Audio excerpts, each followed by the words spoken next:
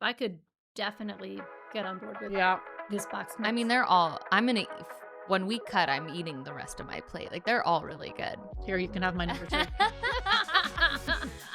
Coming up, the single serve TikTok trend and surprising celebs who have their own baking products.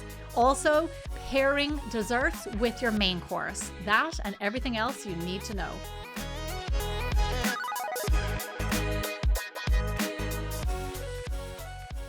Hi, everyone, and welcome back to another episode of Need to Know. I'm Gemma Stafford, professional chef, host of Bigger Bolder Baking, and cookbook author.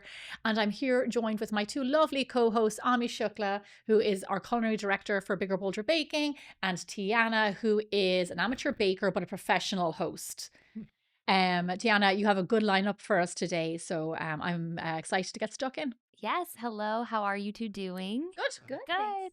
I do. I have some fun things to talk about today for hot from the oven, so I'm just going to get right to it. So, American singer-songwriter, actress, philanthropist, and of course, our country music queen, Dolly Parton, has her own line of cake mixes, frostings, and she's also added things like biscuits and brownies. But this season, she came out with her very own mix for pumpkin spice cookies. And it got me thinking, what other celebrities have product lines and mixes and things like that? So I did a little digging. And I found Chrissy Teigen also has a line of baking mixes from her Cravings cookbook, but she has different kinds of recipes, not so much like the traditional cakes and cookies, but banana breads, buttermilk mochi, salted white chocolate, macadamia cookies. And so it made me want to get your thoughts on mixes, like pre-made mixes, and what you two kind of think about them. I think you can get some good mixes. It depends on the quality. Like I've seen Chrissy Teigen's in store, and I think that banana bread is like $8. Oh. Like my head goes to, how am I making banana bread at home? Like if they're like, are they asking me to add in fresh banana? Is there like dried banana in it? So like I would have to definitely read the back of the box to see like what is it, like a traditional box mix where you're only asked to add in oil, water, and eggs. So I'd be really curious. But I know some of these celeb boxes, the mixes, can be quite a lot more expensive. Mm-hmm. And even as a professional baker, like I'm not the market for these kinds of mixes, but I think Tianna, like I think I saw in my local supermarket, like that the cookies are they like $12 or $13? Yeah, I looked it up on like Instacart and stuff. It's like $12.95 for the pumpkin spice cookies. And it's probably 12 cookies or something, right? I didn't know it does yield 24 cookies. Oh, okay, 24 cookies. And all you need is half a cup of melted butter and 1 egg. Oh, that's nice. Yeah. So that makes it easier. Yeah. But I'm just I would hope that for $13 they would be like really good cookies. I'm not opposed to it. You know, there's a need, there's a market out there for these things. And like even in our world, we use box cake. If we're shooting a frosting recipe, Ami and I will not go and make a cupcake from scratch to highlight frosting. We will use box cake mix because it is so much faster. It is financially, it makes way more sense for our time and for the money of ingredients. So like I see the use for cake mixes for sure. I think there's definitely a use for cake mix. First, if you're not a regular baker and you don't regularly stock all of the ingredients that you need, flour, sugar, all of these, baking powder, and you want to have a few, but you like to have some homemade things, which I think are always better than store-bought, it's a nice halfway point. Right. Also, when I was a kid, that was sort of my first foray into baking. My mom would have a few box cake mixes in our cupboard, and sometimes for my friends, I would make a cake. And I remember bringing over a marble cake, like a Duncan Hines marble cake, and everybody was so impressed with me. Yeah. And it felt good. Yeah. And it was very encouraging for me to want to try to then make things from scratch or on my own. So I can see that. You know what else? I will say that when I was really young, probably like 7 or 8 or something like that, I found out that in the supermarket in Wexford Town, the town where I'm from, there was a supermarket. No one's going to remember this, but it was called Crazy Prices. And in the baking aisle, they had box cake mixes. And I just blew my mind that you could buy ingredients for a cake and add a few little things to make a cake. And I remember thinking like, that's so American. Like I have to go in and get one of those boxes to try that. And Yeah. I was obsessed with them.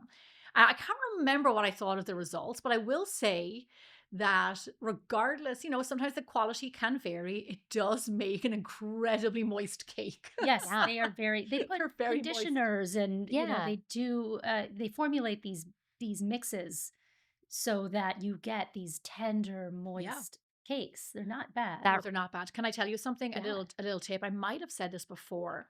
The Ghirardelli box brownies. Mm. That I don't know how I ended up trying them. Maybe we needed a brownie for a shoot or something.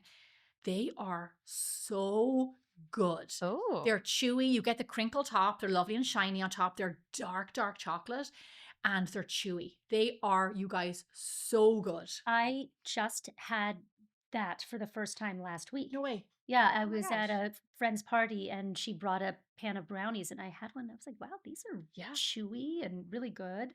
And she said, Ghirardelli. That just reminded me about when I was in high school, I was at a friend's house and the mom made a cake mix, but instead of adding the oil, the water, and the egg, all she added was Diet Coke. Have you ever Yep, heard of that? I've heard of that. That was a big trend It was. years ago That's on like- YouTube. That's like the melted ice cream thing. Yeah, There adding it into is cake mix. Yeah, don't people do that? They have melted ice cream that they mix into Yeah, cake mix. they do. Oh. I remember when I started on YouTube 10 years ago, that was a thing. Yeah. Yeah, and it was huge. It's huge. And it worked, but I think once you know, you're like, Yeah, you can't unknow that. you can't unknow it. When cake mixes originally came out, the manufacturers just had the home baker add in water. But it kind of creeps people out too much to add in just water to then yield a cake that you would serve to your friends and family. So they were like, okay, so let's add in an egg and a little bit of butter to make it a little bit more homemade. Mm. But originally it was like just add water and probably had dried dairy, dried butter, dried eggs, and might still do.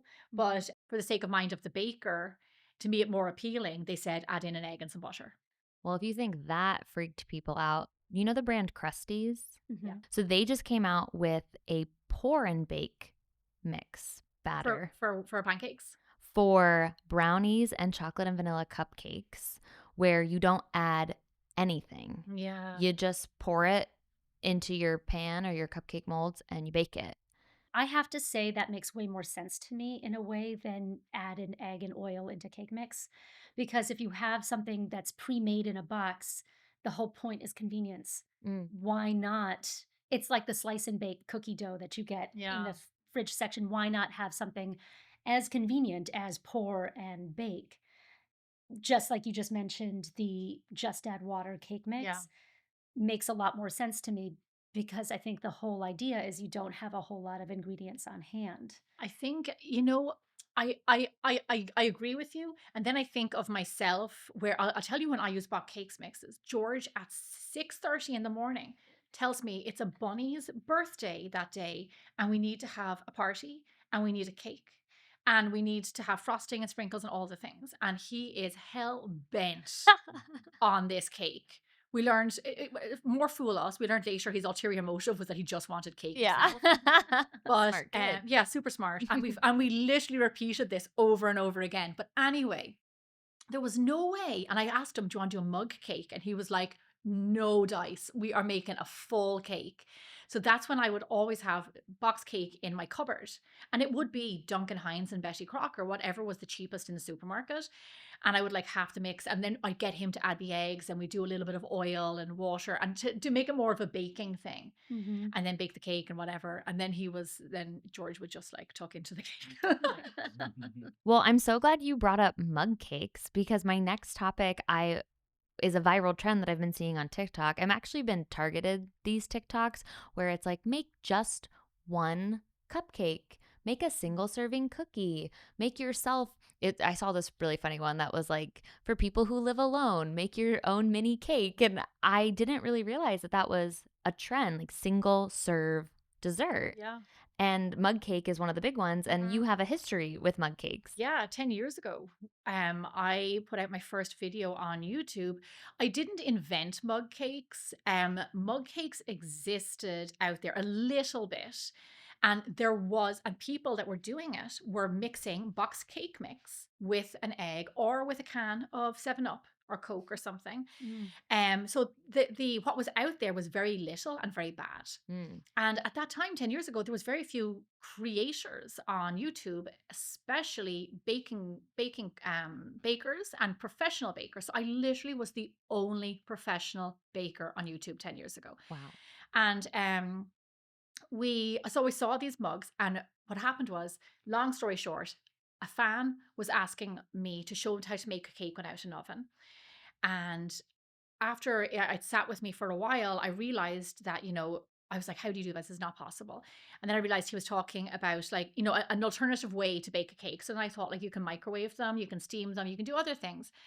And then I said to Kevin, like, how about microwave cakes? And then we both agreed that if we were going to do this, it has to be really good quality and they have to be from scratch. There has to be variety and they have to be really fun. And the video, we did 5 mug cakes in one video. It was just Kevin and I 10 years ago. We almost killed each other. It took around, I'd say, 2 days to film. It was torture. In and out of the microwave. Kevin was putting a camera in the microwave. It was all the things, you guys, that I would, like, it's a hard no for me today. Yeah. And we had all the time in the world back then. Mhm. And but anyway, the video went out into the world and it did well. It did do well. But around a few weeks after, it blew up. Whoa. And I mean, like, blew up. And back then, a viral video was rare if it didn't have cats in it or Charlie bit my finger. Yeah. And it was rare to get a viral video with something like this. And the video had like 1 million views in a week. Now it's at tens of millions of views now, all these years later. It became our biggest franchise of recipe. I moved into savory. It got me the most publicity I've ever done. I was on TV shows, I was on radio shows I was featured in Israeli magazines and newspapers. I was in papers in Ireland. I was on the radio in Ireland. I was doing all sorts of different interviews and appearances for mug cakes. And the reason it was so popular back then, number one, it was more rare back then. Mhm. Nobody knows that, like, now I see other creators making mug cakes and it kind of hurts me a little bit because imitation is the best form of flattery, but then sometimes, it's not. The thing about mug cakes is that the appeal was it served a very broad audience. So we had young kids who wanted to get into baking, but they weren't allowed to use the oven. They weren't allowed to use a lot of ingredients. So they were allowed to do mug cakes in the microwave, like unsupervised. Then we found people living alone who wanted to make cakes and meals and pizzas and ramen and everything for one person. They didn't want to have waste. They didn't want to overshop. And they wanted a different meal every night. They wanted something homemade. We found people who had disabilities, who had difficulty getting around their kitchens, that they needed something a bit more accessible for them. We heard from truckers who were eating at petrol stations and stops, who had a microwave in the back of their truck, and they were making mug cakes and mug meals. We heard from very sad, but we heard from widows and widowers that I remember one man emailed me and he said that my wife has been teaching me how to make mug cakes and mug meals because if she passes away before me, she knows that I can take care of myself. Oh. Isn't that unbelievable? Yeah. Oh my gosh. Isn't that crazy? Out of a mug cake. Like it really did change. Like it put Bigger Bolder Baking on the map. It put me on the map. And it really solidified what the brand was all about early, which is easy, from scratch, good quality, accessibility. Yeah. So it's so much more than a microwaved cake. Right. Was that the answer you wanted? That was beautiful. I just went off. like, the woman is too stunned to speak. No, I love that. And it really does, for when you're seeing these recipes on TikTok, yeah, you don't know the person's, you don't really know the story No, you behind the don't. people and like maybe why they are making it. And so it is really beautiful. Yeah, it's interesting, isn't it? Did see one that I thought this one was a really interesting recipe. A woman made a single serve cinnamon roll. Mhm. And to me, that seems like a lot of work for one, Yeah. just to bake one, because I feel like cinnamon rolls are, I saw that video too. yeah, It seemed like a lot of work. I think just because it's a yeasted dough. So right. it's not Yeah. the immediacy of the mug cake, Yeah. the microwave mug cake, or the single serve cookie or the different microwave recipes that you have. But you have to knead the dough, let it proof, roll it out.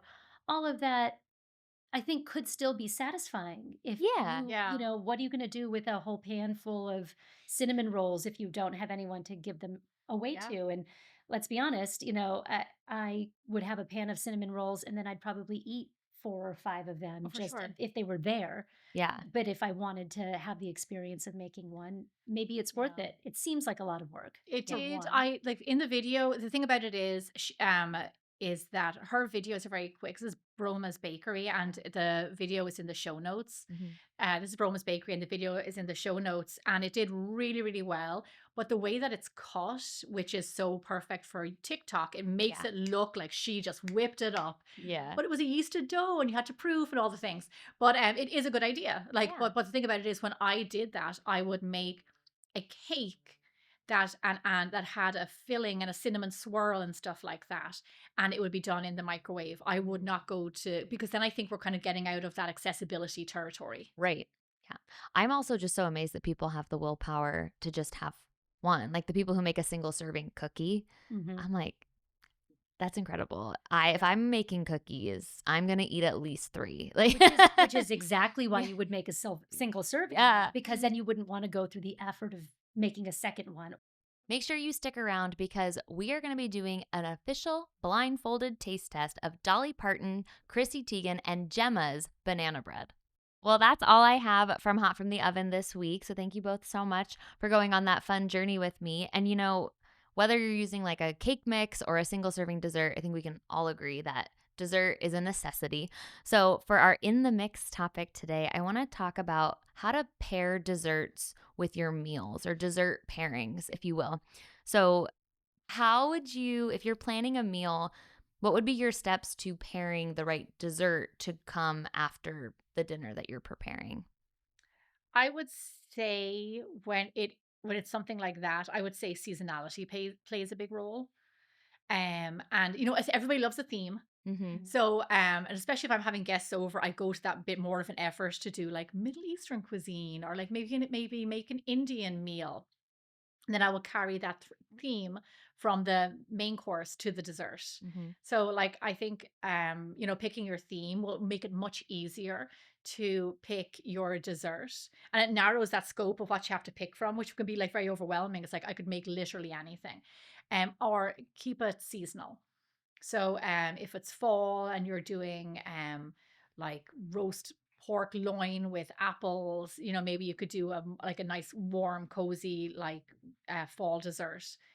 Like I'm blanking now. Like an apple pie?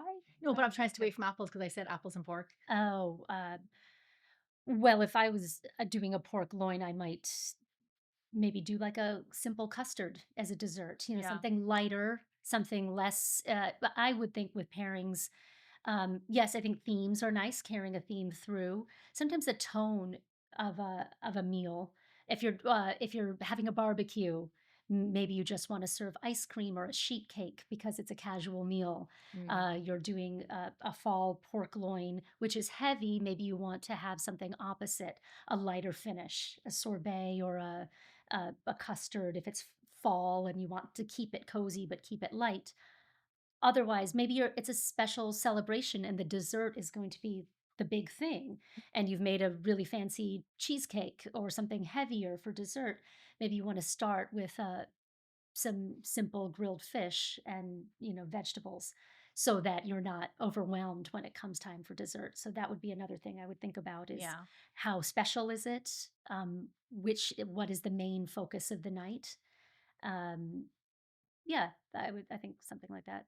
When you get into things like quantity, with holidays coming up, people are hosting maybe larger groups than they're used to for having like dinner and dessert. Does that affect how you would construct what you're going to make is like the amount of people? Are there things that are better suited for a home gathering that's still for a lot of people? Yes.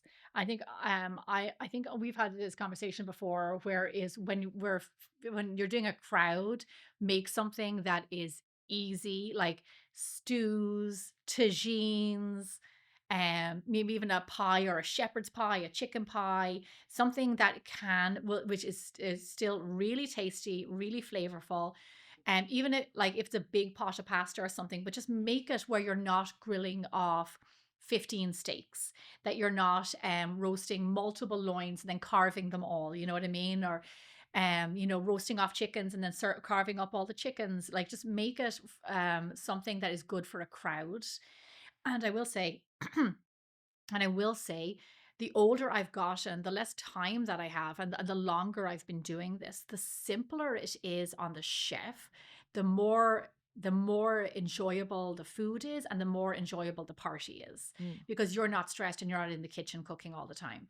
So that's just my 2 cents. Like keep it easy, because regardless, these people were invited into your house to have a dinner party, have some nice drinks, wine, maybe there's kids there playing, whatever. So like it's already going to be fun.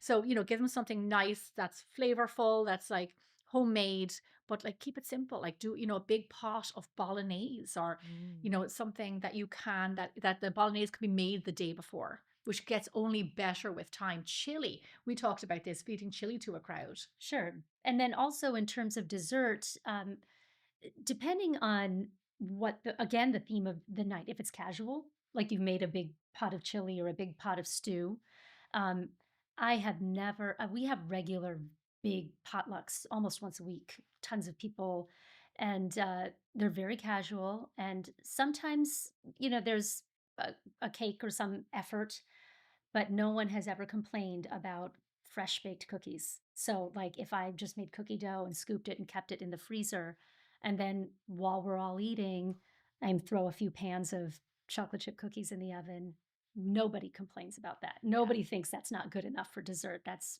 favorite. And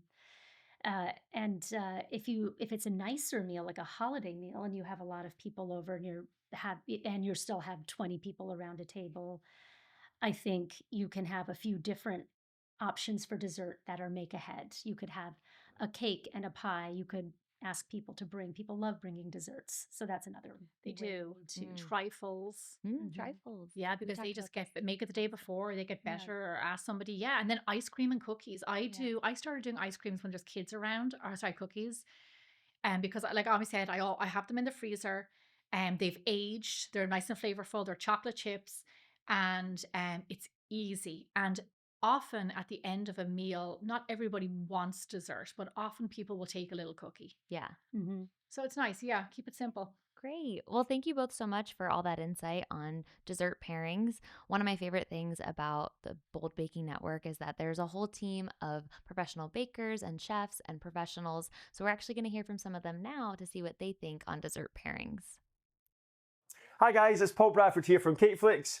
Now, when it comes to pairing a main dish with a dessert dish, what's the best combination? Now, of course, everyone's got their own taste palette. For me personally, if you're going to go for a nice juicy steak, you would combo it with maybe a nice dessert like a chocolate cake or a chocolate cheesecake. Sounds lovely. Then maybe go on to something a little bit lighter like a chicken dish. Then for me, something like a homemade apple pie with a sweet crust pastry. Absolutely perfect combination in my books. And then maybe something like fish would go along with a key lime pie. These two, again, work really well together. My top out of all of them would definitely be a nice juicy fillet with a lovely chocolate cheesecake. Absolutely lovely combination. Anyway, that'll be top tip from myself. Take care, guys. Bye. We are back with one of my favorite sections, which is the Bold Baking Hotline, where we take questions directly from our audience and answer them right here. So this next question is so fitting for the things we've been talking about today. And Pat L wants to know, is banana bread breakfast? I wouldn't trust myself to eat banana bread as breakfast, because I'm not eating one slice. I would say if you make banana bread with no refined sugar, like you use honey or maple syrup, maybe minimize the sugar, use white whole wheat flour, add nuts to it. Sure, I would eat a slice for Yeah, it can breakfast. be like, yeah, it And has make all it those healthy. aspects. I will say that in Australia, they have this trend of like buttering it and pan frying it. So if you Mm. go, and the Aussies are big into their breakfast, they do it so great. And they'll butter it and pan fry it, and you just get like hot banana bread, like a slice of it. It's really yummy. Wow, So that well, sounds like good. it would be an absolute delicious, but I would say go Ami's route, which is no refined sugar. I do have a recipe on biggerbolderbaking.com, which is done with monk fruit sweetener, and I think it's also gluten free. And a lot of these gluten-free breads like this can be really delicious because they can be done with oats or almond flour or a mixture of different types of flours, and they can just be like have really lovely texture. Great.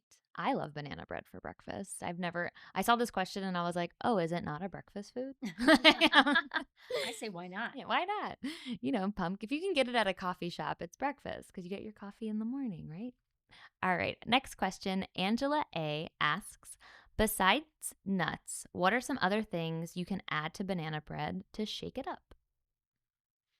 Blueberries, Mm. chocolate chips, Coconut. coconut. I will say that when I was at Ballymaloe Cookery School, I'm trying to do the math in my head, 19 years ago or whatever, um, somebody made a banana bread with glacé cherries, but they were really good glacé cherries. They weren't like the red ones that Like the we see. maraschino Yeah, they weren't cherries. those ones. They were like either homemade or made or really good quality. Mm-hmm. But it was banana bread with those cherries, and they were like really big. They weren't cut up into tiny pieces, and every time you sliced it, you got like half a cherry in your slice. It was so good. I'd never had that before. I never would have thought of that before. And I'm not a cherry Sounds fan. good. It was so good because the quality of the cherries were so good. Mm-hmm. Yeah, it was yum. Mm-hmm. You really can't go wrong. Yeah. I like your idea of coconut. I've never heard that. I But feel it like sounds that's a good. thing, right, Ami? Bananas and coconut for sure. Yeah. You could take a little bit of the banana bread batter and mix a little bit of cocoa powder in there too, and then do a swirl. Well, that's true. Ooh. Chocolate and bananas are super yummy. So good. Yeah. Oh. Uh, You Well, can get creative with that. Like, there's Yeah. there's room for experimentation with the banana bread.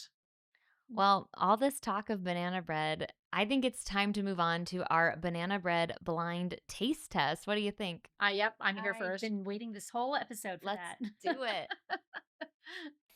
Okay, ladies, don your lovely masks that I got on Amazon. Ooh, these are nice. Assistant, please bring in our banana bread. Thank you. We have 3 different types of banana bread. Okay. None of us know which is which, and we wanted to be objective. So we are going to taste them. 1, 2, 3. One is Gemma's, which is me, and one is Dolly Parton's, and one is Chrissy Teigen's. So I'm going to just start tasting mine now. All right. Okay, Going for number so one. Number one. Okay. I feel like I don't know where my. Mm-hmm. Yummy. Very banana-y. Mm-hmm. Okay. Okay. And moist. All right. Which, let me see now. Okay. I'm not liking the feeling of the second one, you guys. Okay, number two. Oh yeah, it's tough feeling. I'm really worried about which one is mine, you guys, like big time. Okay. I know how I feel about that one. Number 3. I'm like manhandling them to try to feel them. Okay. Okay. Oops, daisy. Number 3.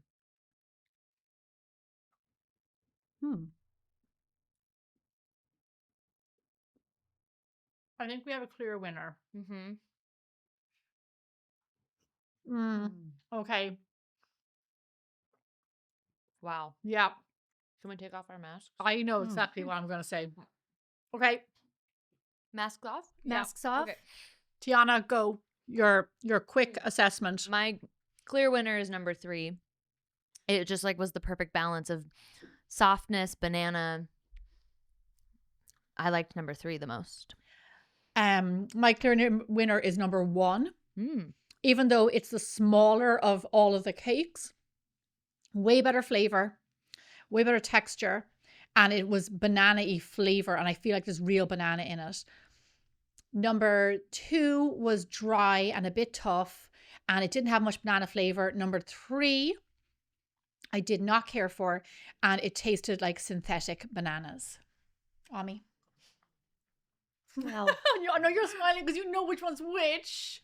well, Do you? I do say that I think number 1 is the best. It's the most moist. Yeah.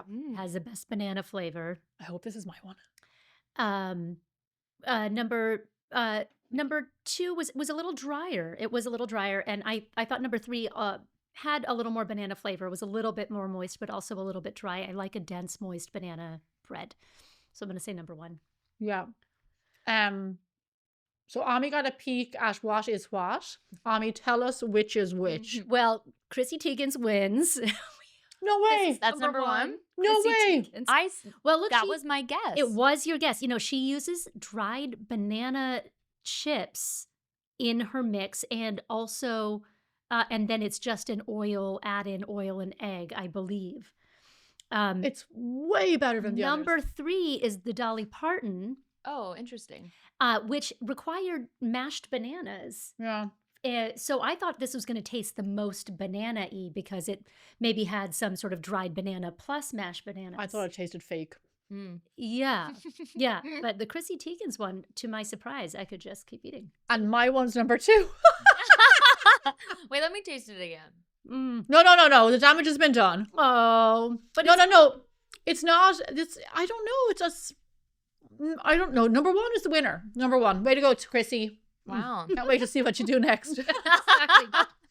yeah, this is actually, I could definitely get on board with Yeah.